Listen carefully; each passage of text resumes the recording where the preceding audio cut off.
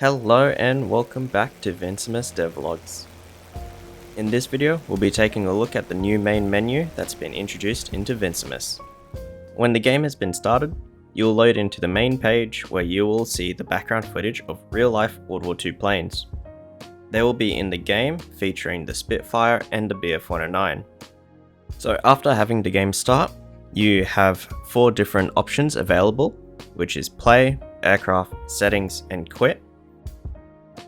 Once selecting a mission, you'll be given a small brief on what that mission is, including a small top-down image with map details, time, and what the mission is going to be in the scenario. Next up, we have the aircraft menu. Here you can see the details on your aircraft and any other purchasable aircraft in the future. This is planned to be expanded with attackers and later possibly some bombers after release. In the panel, we can view our unlocked plane and take a look at the specifications and armaments.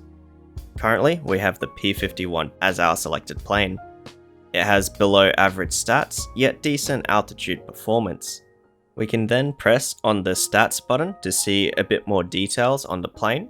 So currently, it's equipped with 2 M2 Browning 50 cals with 770 rounds. With a fire rate of 800 rounds a minute. It's got a reload time of 25 seconds, and we can also see that the plane has no payload equipped. Currently, payloads are not implemented into the game, but will be released after version 1 of the game. The plane has 1700 hull strength. Its max speed is 330, which in this game is knots. And its optimal speed is 270, so around this speed is when the plane can turn at its hardest. So with this plane, we can purchase upgrades for the aircraft. There are 3 main upgrades. They are hull strength for extra HP, which is very important as the game does not come with any save points, so when you die and you have to start from the beginning of the mission. Next is max speed. This will increase the max and optimal speed of the plane while also increasing its optimal and max altitude. This helps in reaching those pesky high altitude bombers, increasing its performance at altitudes, and maxing out the amount of thrust the engines can produce. And lastly is turn rate. When upgraded, this will increase the amount of Gs your plane can turn, making the plane better at dogfighting the more advanced enemy planes in the game.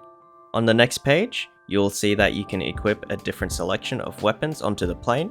So for the P-51 prototype, this can be modified to hold 2 M2 Browning 50 cals, 2 20mm Hispanos, 4 50 cals, a mix of the 2 guns, so 2 50 cals and 2 20mm, and lastly 4 Hispanos. When we purchase and equip the 2 20mm Hispanos, you can see that our weapons change on the stat panel, and it now shows us the details of the Hispanos equipped. These are larger weapons than the Brownings that we had, so we have less ammo, and they shoot slower than the 50 cals as well. They also have a longer reload period, but on the other end, they'll give us more damage per bullet we fire. Each plane here has different stats, weapons, and payloads they can carry. So next, we'll go to the settings page. In here, you can change your mouse sensitivity, AI difficulty, disable or enable parts of your HUD, and next up are controls. This shows us all the controls in the game. I didn't notice at first, but later when in development, I found that the way I made controls made it unchangeable later, so they won't be changeable on release as well. If there's a demand for it, I can go back and revamp the entire control systems for the plane, but at the moment there's no plans for it. Next up is audio. This is the tab where you can control how loud or quiet you want the game to be overall, or specific audio such as engines, music, sound effects, which are guns and explosions.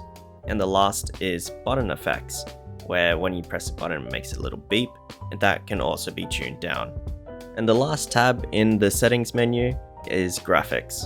In here, you can change the quality of the game, enable VSync or disable it. You can also change the view distance of rendered objects in meters. This can affect the overall visibility. You can also change clouds and shadows as well. down the list, disable or enable the render of 3D and 2D cloud formations.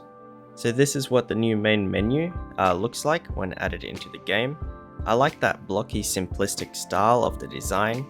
It took a lot of effort to make, and everything you see here is persistent, so if you were to change your graphic settings, it will save. So this concludes the video on the main menu. Thank you for watching. I hope you will enjoy the game on release as much as I enjoyed making the game. I also hope you liked the video, and make sure you click that like button, subscribe, and I'll see you next time.